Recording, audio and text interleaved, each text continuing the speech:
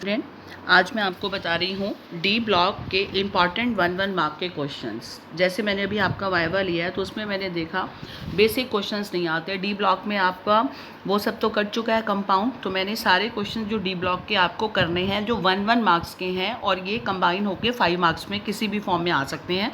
तो ये सारे क्वेश्चंस मैंने आपके लिए लिखे हैं विद आंसर, इसको ध्यान से देख लेते हैं और ये आपको लर्न करने हैं।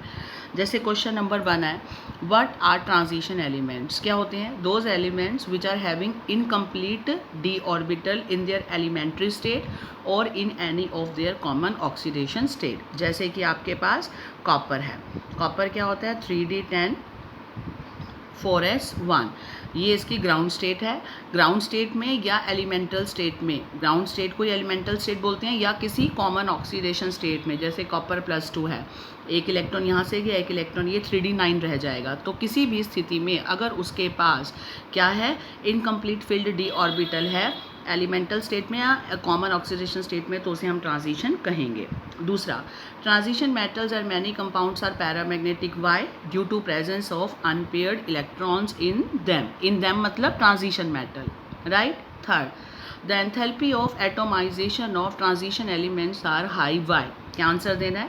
It is due to strong metallic bond in them which is due to मतलब metallic bond which is due to presence of unpaired electrons in d orbital, right. जैसे जो आंसर लिखे हैं मैंने एक लाइन में, आपने वैसे ही देना है। पैरामैग्नेटिक आ जाए तो आप लिखेंगे सिर्फ ड्यू टू अनपेयर्ड इलेक्ट्रॉन।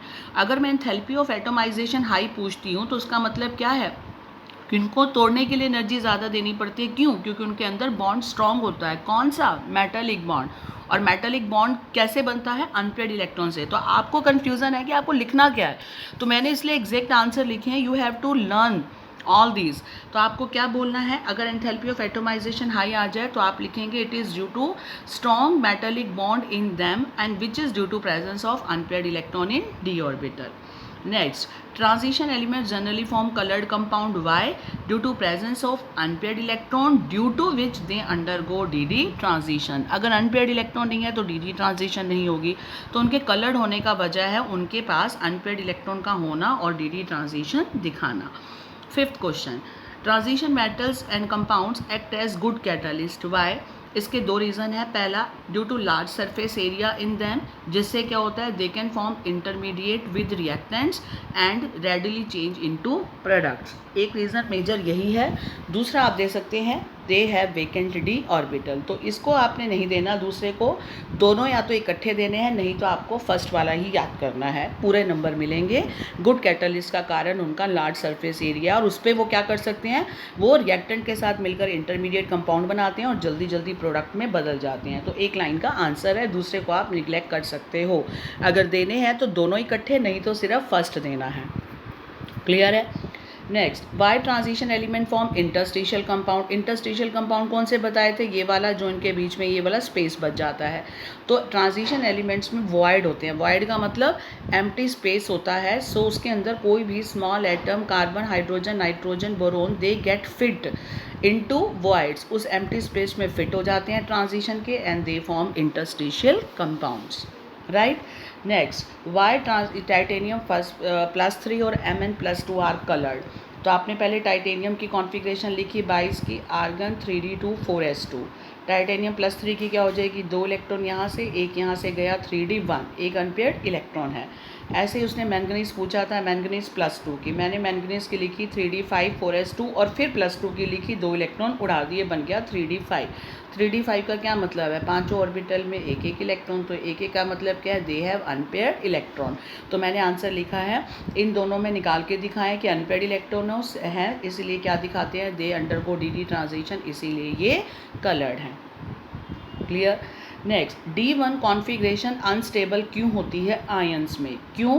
क्योंकि D1 कॉन्फ़िगरेशन का मतलब D में एक इलेक्ट्रॉन है। अगर वो इलेक्ट्रॉन लूज़ कर देंगे तो वो स्टेबल बन जाएंगे, वो आर्गन की कॉन्फ़िगरेशन को अटेन कर लेंगे, यानी स्टेबल कॉन्फ़िगरेशन अटेन कर लेंगे आफ्टर लूजिंग 1 इलेक्ट्रॉन। सो D1 को अनस्टेबल माना जाता है, ताकि फटाफट वो एक को लूज़ करके स्टेबल बन जाए। अगला क्वेश्चन, सारे क्वेश्चन इंपॉर्टेंट हैं, इसके अलावा कुछ मत करना।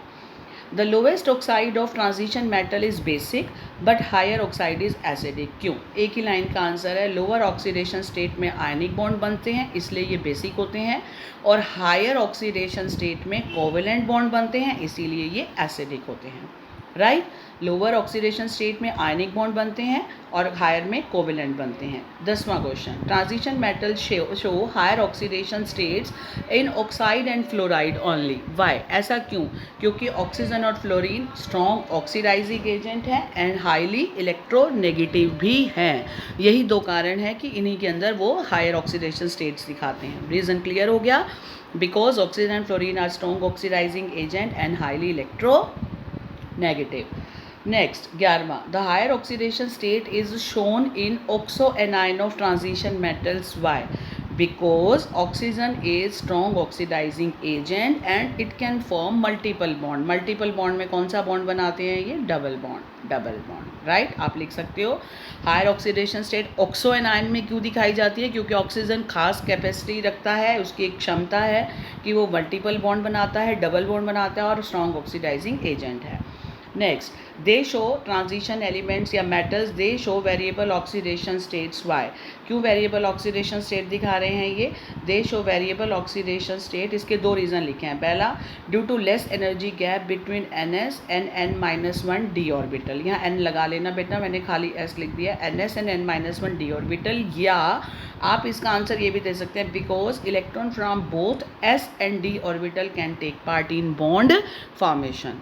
जिसको दोनों में से जो लैंग्वेज इजी लगती हो, बहुत इंपॉर्टेंट क्वेश्चन है। वेरिएबल ऑक्सीडेशन स्टेट क्यों दिखाता है?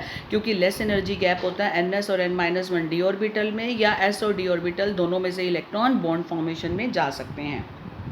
थर्ड, कौन सा एलिमेंट है जो मैक्सिमम ऑक्सीडेशन स्टेट दिखाता है? सबको पता है मैंगनीज, क्योंकि इसके अंदर सबसे ज़्यादा अनपेयर्ड इलेक्ट्रॉन होते हैं। मैंगनीज की कॉन्फ़िगरेशन क्या होती है? 3d5 4s2। आर्गन आगे होता है, आउटर मोस्ट ये होती है, तो 5 ये और ये 2, 7 इलेक्ट्रॉन रखता है, तो maximum number of unpaired electron है। उसके बाद ये मैं लिखा है क्रोमियम +2 स्ट्रॉन्गर रिड्यूसिंग है और Mn+3 स्ट्रॉन्गर ऑक्सीडाइजिंग एजेंट है। क्यों? आपको मैंने ये क्लियर शुरू से बता रखा है, 11 से बोलते आ रही हूँ। रिड्यूसिंग एजेंट वो होता है जो ऑक्सीडेशन दिखाए यानी लॉस ऑफ इलेक्ट्रॉन करे। तो क्रोमियम +2 इलेक्ट्रॉन लूज करके किस में बदल जाएगा? क्रोमियम +3 में। देखो, जब क्रोमियम पे +2 है और जब इसको इलेक्ट्रॉन एक छोड़ना है, माइनस करना है, तो एक चार्ज और बढ़ जाएगा, क्रोमियम +3 बदल जाएगा। और क्रोमियम +3 ज़्यादा स्टेबल है। क्यों? क्योंकि इसके पास हाफ फिल्ड T2G कॉन्फ़िगरेशन आ जाती है। राइट, और Mn+3 इलेक्ट्रॉन गेन करके Mn+2 में बन जाएगा। आपको पता है जब कोई इलेक्ट्रॉन गेन करता है तो चार्ज कम होता है, 3 से 2 हो जाएगा, और 2 वाला ज़्यादा स्टेबल है। क्यों?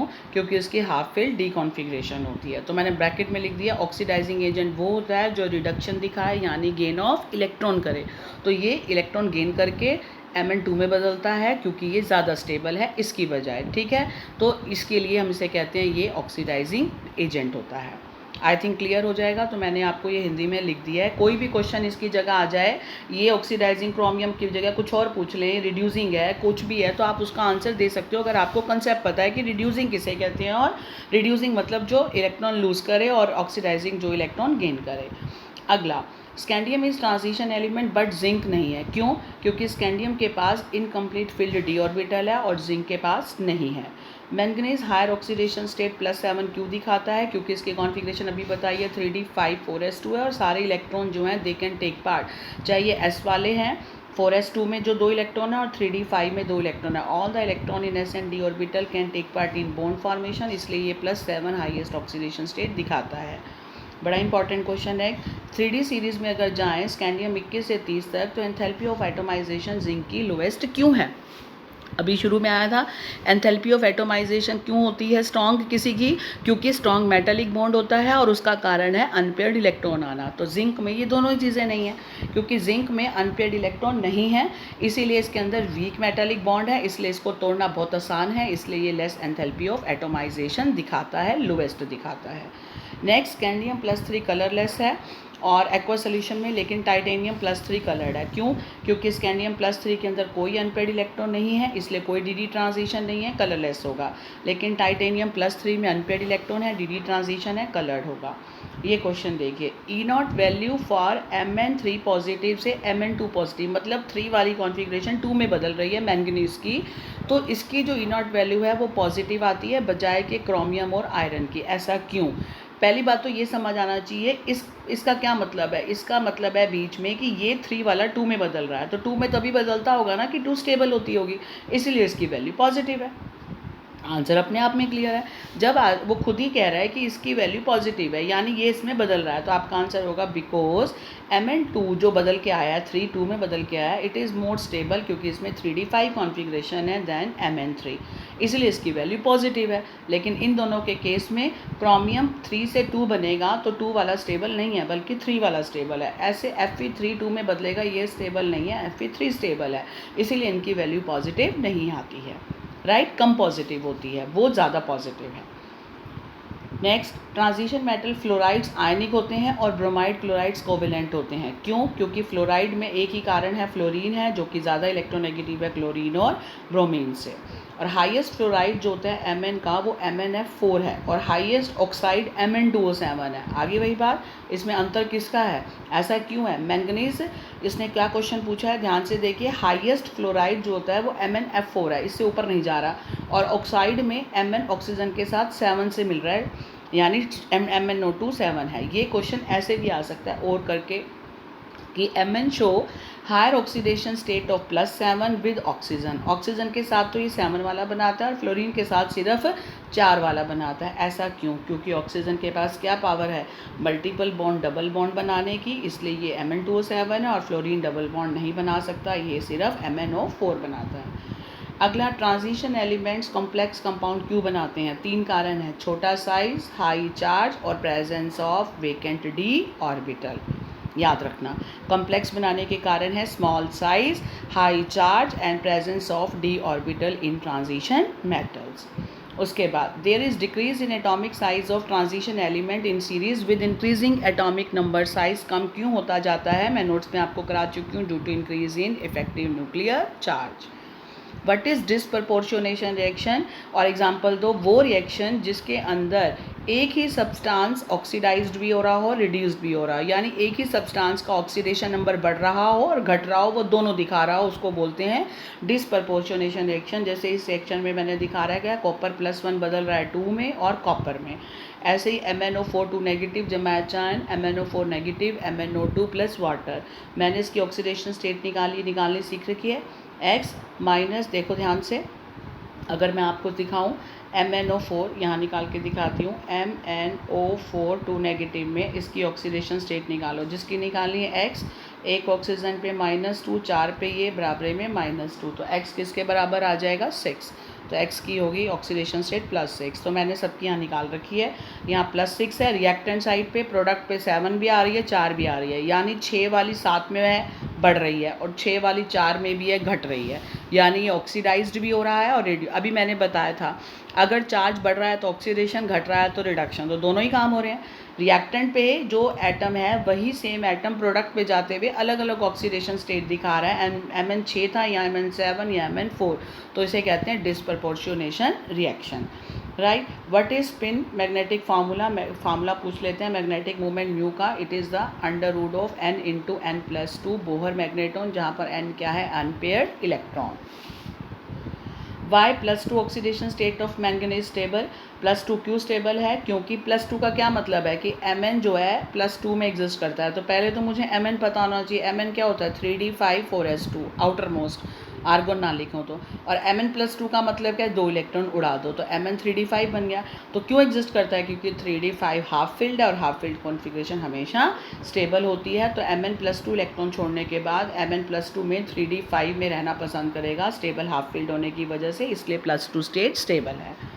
Y copper +1 ion is not stable in aqua solution? क्योंकि ये हाई हाइड्रेशन एनर्जी चाहता है देन कॉपर +2। आप सीधा लिखो, कॉपर +1 आयन स्टेबल नहीं है due to high hydration energy of copper +2। E not value of copper is positive, इसकी प्लस में क्यों है रिडक्शन वैल्यू? क्योंकि हाई हाइड्रेशन एनर्जी है और हाई लैटिस एनर्जी है किसकी? कॉपर +2 की, देन कॉपर +1 से। उसके बाद आपका है सिल्वर का क्वेश्चन। Ag सिल्वर की 4d10 कॉन्फ़िगरेशन है ग्राउंड स्टेट में, फिर भी इसको ट्रांजिशन क्यों कहते हैं? क्योंकि हमने पढ़ा है ट्रांजिशन वो हैं जो ग्राउंड में भी और आयनिक ऑक्सीडेशन स्टेट में किसी में भी अगर अनपेयर्ड इलेक्ट्रॉन या इनकम्प्लीट फील्ड डी ऑर्बिटल दिखाते हैं। याद रखना ट्रांजिशन एलिमेंट्स वो हैं जो अपनी ओरिजिनल ग्राउंड स्टेट या कॉमन ऑक्सीडेशन स्टेट, चाहे वो +2 हो चाहे +3, इन दोनों में से किसी में भी अधूरा D orbital, incomplete field D orbital दिखाते हैं तो वो ट्रांजिशन है। तो यहाँ सिल्वर के केस में ग्राउंड स्टेट में तो नहीं है 3d 4d10 कंप्लीट है, लेकिन कॉमन ऑक्सीडेशन स्टेट +2 दिखाता है, उसके पास इनकम्प्लीट फील्ड डी ऑर्बिटल आ जाता है, इसीलिए उसके पास सिल्वर जो है उसको हम ट्रांजिशन कहते हैं, क्योंकि वो ग्राउंड में नहीं दिखाता भले, लेकिन +2 में वो दिखाता है। और ये डेफिनेशन में दे रखा है कि इन दोनों में से किसी में भी हो तो वो डी ब्लॉक कहलाएगा। लास्ट अब आपका है कोई ऑक्सीजन आयन बताओ फर्स्ट ग्रुप और ट्रांजिशन मेटल का। वो हमारे पास है MnO4 नेगेटिव या CrO4 negative. What are alloys? Alloys किसे कहते हैं? एलॉयज होमोजेनस मिक्सचर हैं 2 और मोर मेटल्स के, ठीक है, और इसका एग्जांपल है मिश मेटल।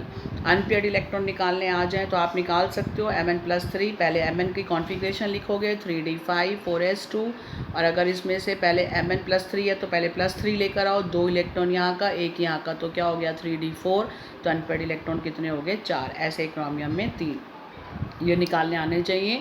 लास्ट ट्रांजिशन मेटल के हैलाइड्स कोवेलेंट क्यों है? उसका कारण है smaller size of cation, higher charge, more polarizing power, more covalent character. याद रखना बहुत इंपॉर्टेंट बात है, अगर कभी भी आ जाए ये चीज़ कोवेलेंट क्यों है तो उसके यही कारण है, उसका साइज़ छोटा होगा, साइज़ छोटा होने से छोटा तो होगा, साथ में साथ चार्ज ज़्यादा होगा, जिसका चार्ज ज़्यादा होगा उसकी पोलराइजिंग पावर ज़्यादा होती है और उसका कोवेलेंट करेक्टर भी ज़्यादा होता है। ऐसा क्यों? ये एक फजन रूल है जो हमने 11th में किया था। More charge more polarizing power directly proportional होते हैं, पोलराइजिंग पावर जिसकी ज़्यादा होगी उसका कोवेलेंट करेक्टर भी ज़्यादा होगा। अब तुम देखो जिसका चार्ज ज़्यादा है पोलराइजिंग पावर ज़्यादा, यानी वो पोलर करेक्टर लाने की पावर रखता है, तो उसका कोऑर्डिनेशन उसका कोवेलेंट करेक्टर भी ज़्यादा। अब चार्ज किसका ज़्यादा होगा? जिसका साइज़ छोटा। तो ये चारों फैक्टर इंटरकनेक्टेड हैं। अगर आपसे कुछ भी पूछ लें ये कोवेलेंट क्यों है, आप लिख सकते हैं direct due to small size of cation, higher charge, more polarizing power, more covalent character, right. ये तो मैंने आपके लिए लिखा है अकॉर्डिंग टू फजन रूल, आप भी लिख सकते हैं। दैट्स ऑल बेटा। ये जो मैंने आपको 33 क्वेश्चंस कराए हैं ट्रांजिशन मेटल्स के, ये बहुत बहुत इंपॉर्टेंट हैं, यही बोर्ड में आते हैं, इन्हीं में से घूम के इनको अच्छे से रट्टे मार लो, आपका डी ब्लॉक तैयार है।